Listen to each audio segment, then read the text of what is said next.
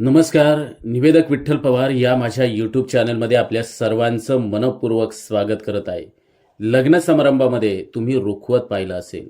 मग रुखवताची परंपरा काय आहे, संस्कृती काय आहे आणि भावनांचा संगम काय?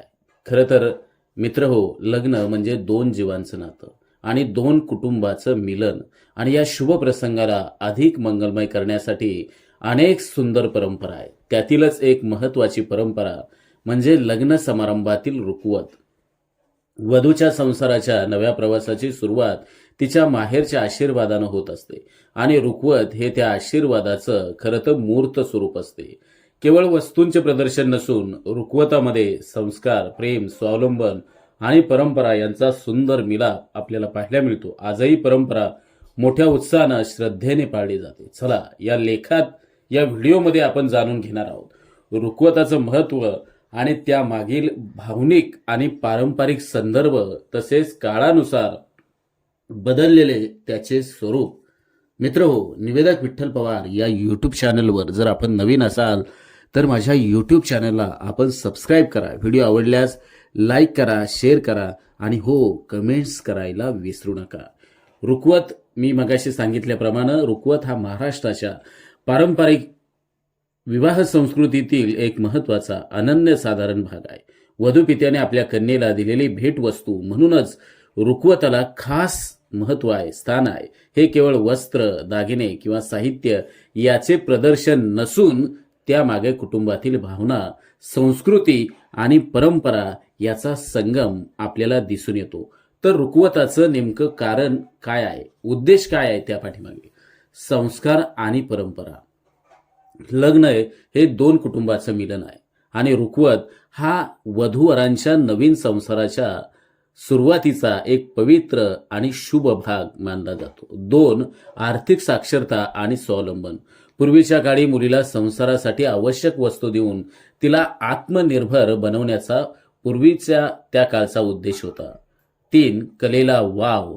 अनेक वेळा रुखवतात वधूच्या कलात्मक आणि हस्तकलेच्या वस्तू असतात ज्या तिच्या कौशल्याचं प्रतीक असतात. चार, संस्काराची जपणूक. वधूपित्याने दिलेल्या या वस्तू भावनिकदृष्ट्या मुलीच्या आठवणी खरं तर जपत असतात आणि तिच्या नव्या संसारात ते रुखवतातल्या प्रत्येक वस्तू आधार देण्याचं काम करत असतात. पाच, प्रेम आणि आशीर्वाद.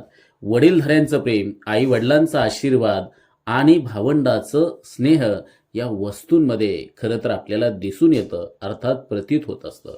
मग रुखवतामध्ये नेमकं काय असतं? बरेच जण विचारतात. तर देवी देवतांची मूर्ती किंवा फोटो की ते नवीन संसारासाठी शुभ मानले जाते. दोन, ओटीतील सामग्री, हलव्याचे दागिने, साखर, सुपारी, गहू, नारळ इत्यादी. तीन, संसार उपयोगी भांडी. त्यामध्ये संसाराला लागणाऱ्या आवश्यक भांडी, स्टीलची असेल, तांब्याची, पितळेची भांडी संसारामध्ये आवश्यक असतात. चार, हस्तकला. वधूने स्वतः बनवलेल्या वस्तू जसे की पेंटिंग, रांगोळी, भरतकाम.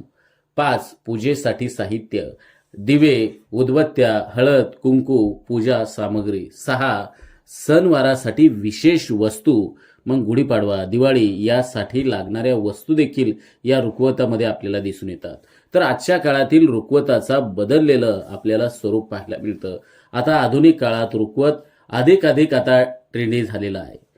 ट्रेंड बदलत चाललेला आहे. हाताने बनवलेल्या वस्तूंसोबत होम डेकोर आयटम, इलेक्ट्रॉनिक वस्तू, किचन गॅजेट्स दिल्या जातात. यासोबतच पुस्तक, श्रीमंतीच्या वस्तू यांचा देखील समावेश आपल्याला पाहायला मिळतो.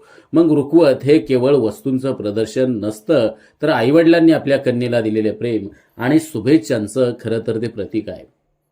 ज्या वस्तू रुखवतामध्ये ठेवलेल्या असतात त्या मुलीला आपल्या माहेरच्या आठवणी जपण्यास मदत करतात.